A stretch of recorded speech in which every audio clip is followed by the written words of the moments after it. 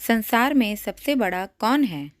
एक बार अर्जुन अपने सखा श्री कृष्ण के साथ वन में विहार कर रहे थे। अचानक ही अर्जुन के मन में एक प्रश्न आया और उसने जिज्ञासा के साथ श्री कृष्ण की तरफ देखा।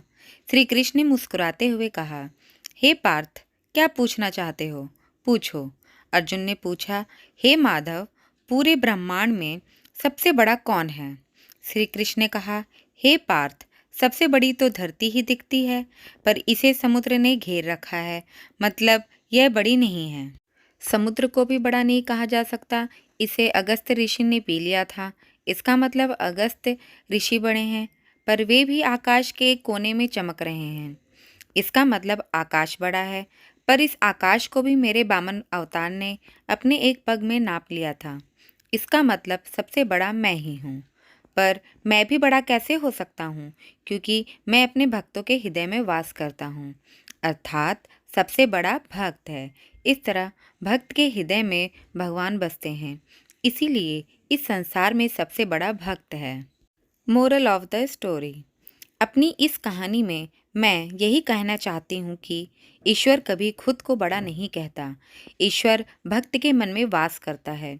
उसे ढूंढने के यहाँ वहाँ भटकना व्यर्थ है। ईश्वर की चाह में मनुष्य को उसका स्थान देना गलत है। भगवा चोले के भीतर भगवान के दर्शन की इच्छा गलत है। ईश्वर सभी के भीतर हैं। अपने कर्मों को सद्मार्ग पर ले जाना ही ईश्वर की भक्ति है।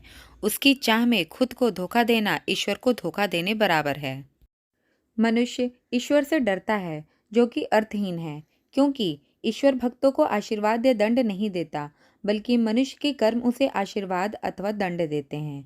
मनुष्य का जीवन उसके कर्मों से तय होता है।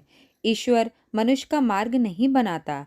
मनुष्य को अच्छे बुरे का विचार खुद करना होता है, और अगर प्रत्येक मनुष्य परहित का विचार करे तो वह कभी गलत नहीं होता।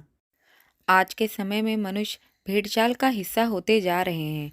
किसी भी व्यक्ति को संत का चोला पहन देख उसके अंधे भक्त बन जाते हैं। अपने कर्मों का विचार किए बिना उस पाखंडी की बनाई राह को अपना जीवन बना लेते हैं। इस तरह हमारे देश में आए दिन देशद्रोही सामने आ रहे हैं।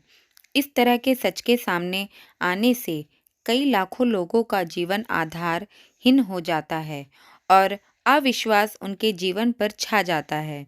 देश के लिए सभी को जागने की जरूरत है। ईश्वर के रूप को सही तरह से समझने की जरूरत है। यह कहानी आपको कैसी लगी, आप हमें कमेंट बॉक्स में लिख सकते हैं। आपके लिखे कमेंट हमें आगे बढ़ने में सहयोग करते हैं, और अगर कहानी पसंद आई हो तो वीडियो को लाइक शेयर करें और चैनल को सब्सक्राइब करें। वीडियो को पूरा देखने के लिए बहुत बहुत धन्यवाद दोस्तों।